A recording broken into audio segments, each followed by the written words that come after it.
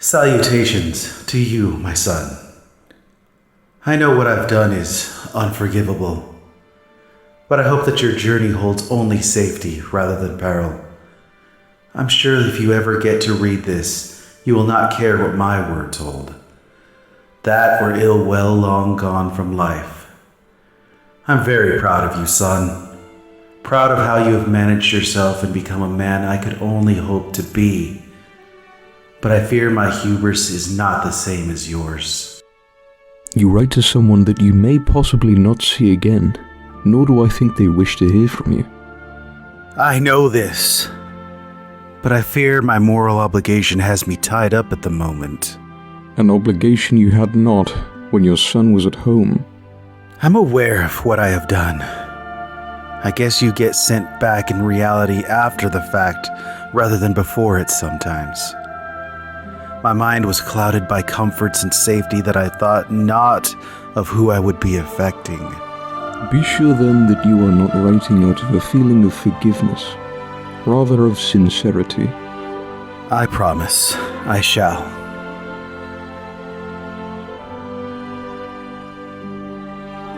You shall meet hardships, my child, but worry not. I foresee you overcoming such things. Hold a mode of safety for thyself. Arise now. I awaken once more. After a long walk away from the castle, we find ourselves taking refuge in an abandoned town. Talus held watch while I slumbered. Did you not need sleep, friend? Not at all. Us owls do not get tired. The voice of guidance brings rest to our souls and our bodies. I guess I had forgotten to ask who the voice of guidance was when I was in the company of the Greybeards. Do you by chance understand who she is? Well, kind of. All I know is that she existed long before humanity did. She was not the only one. Who was the other? Tyrannus. He sculpted the world we walk upon. He's fighting against the voice of guidance constantly. Why might that be? Tyrannus created all that live, while the voice of guidance led humanity to exist in peace. This was not Tyrannus' vision. He sculpted the world to be harsh. He wanted the world to be the gladiatorial battlefield for his amusement. The voice of guidance grew love towards creation. She was intended to lead creation against each other, but instead she chose the opposite. Tyrannus, upset with his creation, sees it as a mistake and wishes to rid us all. His disciples follow in blind faith that they will be awarded as rulers of the universe, but they will be eliminated as well. I see. I thought you said you only sort of knew who she was. Yes, well, I kind of pay attention to my teachers. The knowledge tends to be lodged elsewhere in my brain and only comes out when I need it. Marvelous. Well, we nary time to waste. Let's move onward, friend. I ready myself for the journey once more. With my companion flying in the sky and my feet to the ground, I headed out into the black and rain-filled sky. Both I and Talus head northwest towards the city of Constanali, once the home of great leaders of our time. Now, I'm sure it's a ruin of the past. Along our paths lays forgotten wagons, long dead animals, and the flows of water on the sides of the road.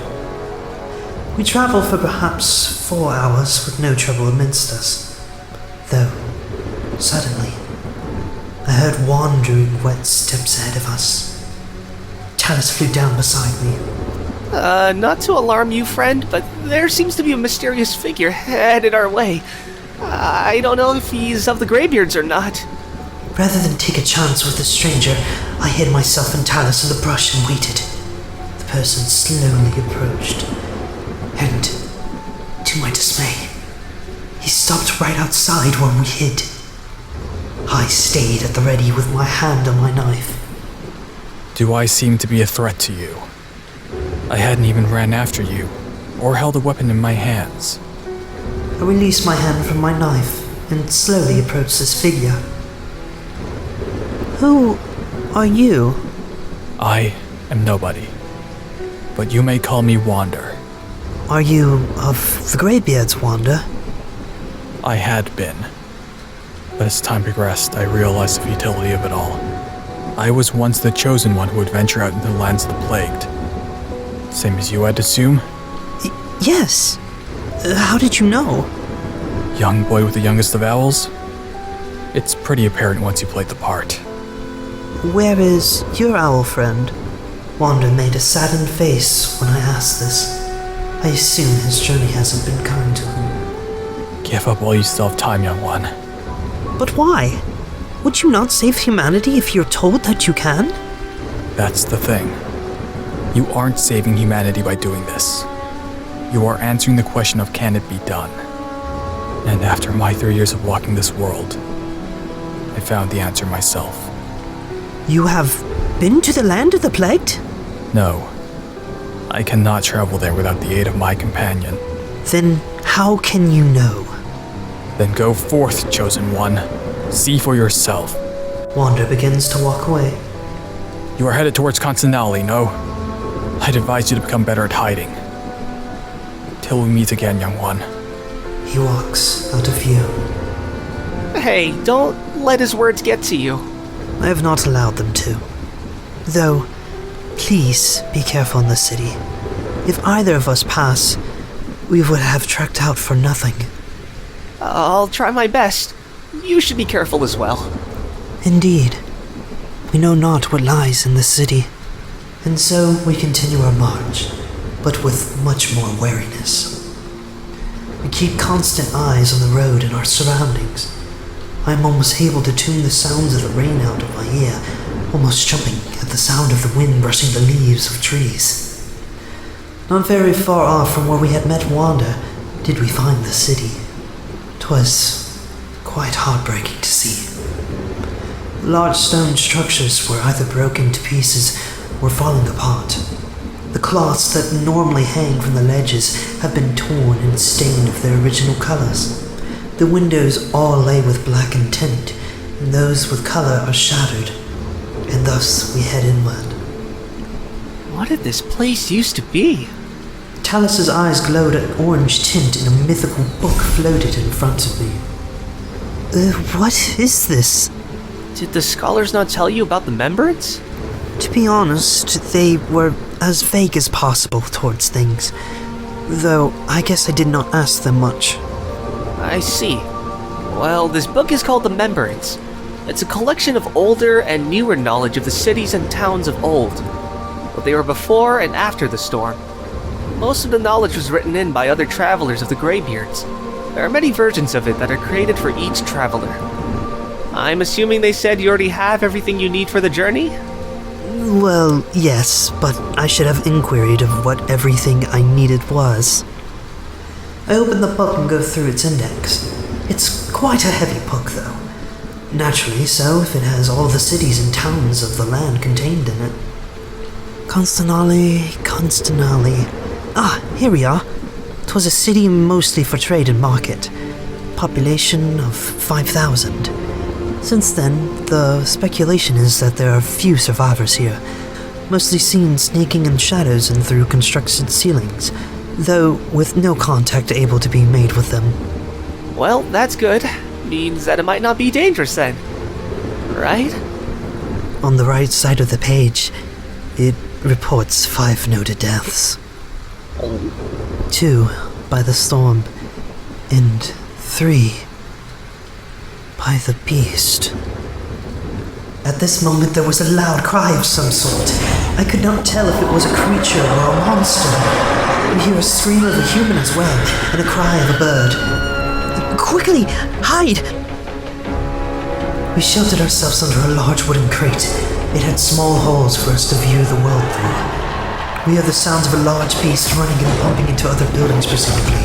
Then, out comes a woman dressed in traveler's clothing. She's running very frantically, and an owl follows her. She is one of the Greybeard's followers. Then, what follows behind her horrified me. It was a giant beast that resembles a panther in body. It had blackened spikes across its spine, and jagged claws and many eyes. It was chasing this poor woman down. At this point, I realized how much of a threat we may be facing in our travels. The woman tried her best to run, but the beast did catch up with her. It slashed her back and flung her against the buildings. She did not move, and her back bled. I can only assume she had passed. Her owl companion flew upwards during the attack, and after the follower had died, the owl let out a painful caw. It struggled in the air until it crashed back into the earth right in front of where we hid. It wallowed and writhed along the ground, till suddenly it stopped its movement. The storm had claimed it. The beast noticed this and made its way in front of us. I tried my best to hold my breather breaths, but the beast could sense something. Is this it? Have I walked out for nothing? Only to die here in the city of the already dead? If so, I will die my own way. I hold tightly to my knife, waiting for the beast to overturn our crate. To my luck, a stone on one of the buildings had fallen and distracted the beast elsewhere. I fall to the ground in disbelief that I live, but I muster my strength as quick as possible. I lift the crate and make my way inside of the cathedral. Holy sweet lady of guidance! She had to have protected us. There's no possibility that we could have survived. I can agree with you on that one. We must be cautious. We know not what else that beast can do. We must leave the city as soon as possible. Check the membranes. It should have a map contained inside of it. I did just that and opened the book and searched for the map of Constantinople. I noticed that the reported deaths had changed to 7. I searched until I finally found it. So, as it seems, the best path from the cathedral would be behind the building we are in. Well, that is of good luck, I suppose. 'Twould be if it was not for this.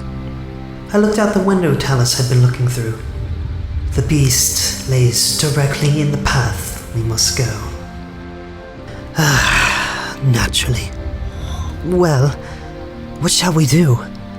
I think any distractions we could cause would merely lead to our deaths.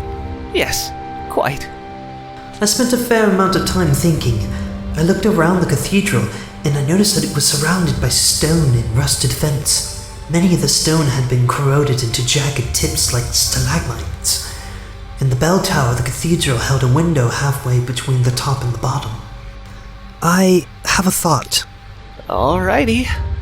It looks more than capable to climb, so I need you to do me a favor.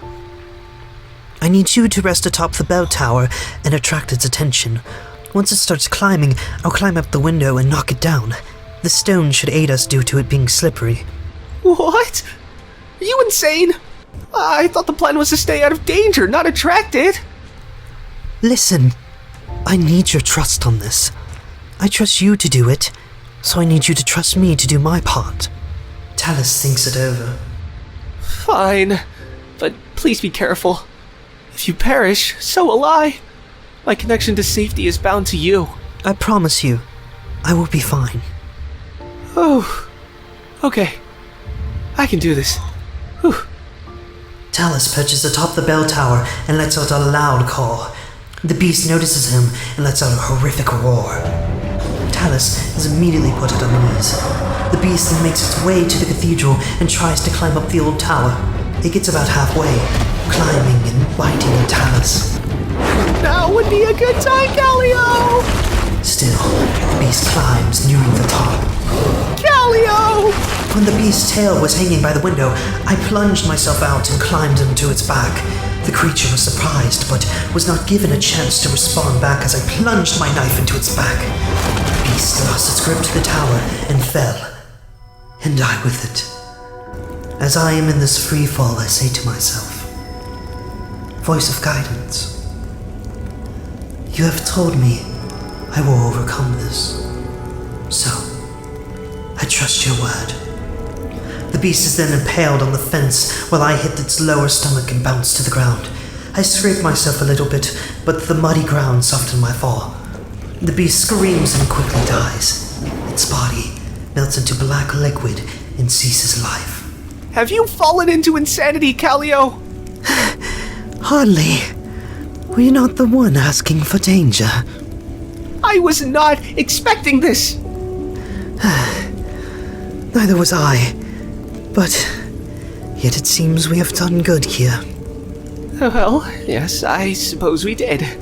The voice of guidance will protect us. Just like I will protect you. Well, thank you, friend. Well, without dangers, I think it would be fair for us to rest here and greet the locals. The truth is told. Oh, I fear the adrenaline has drained me. I as well. And thus, I pass out.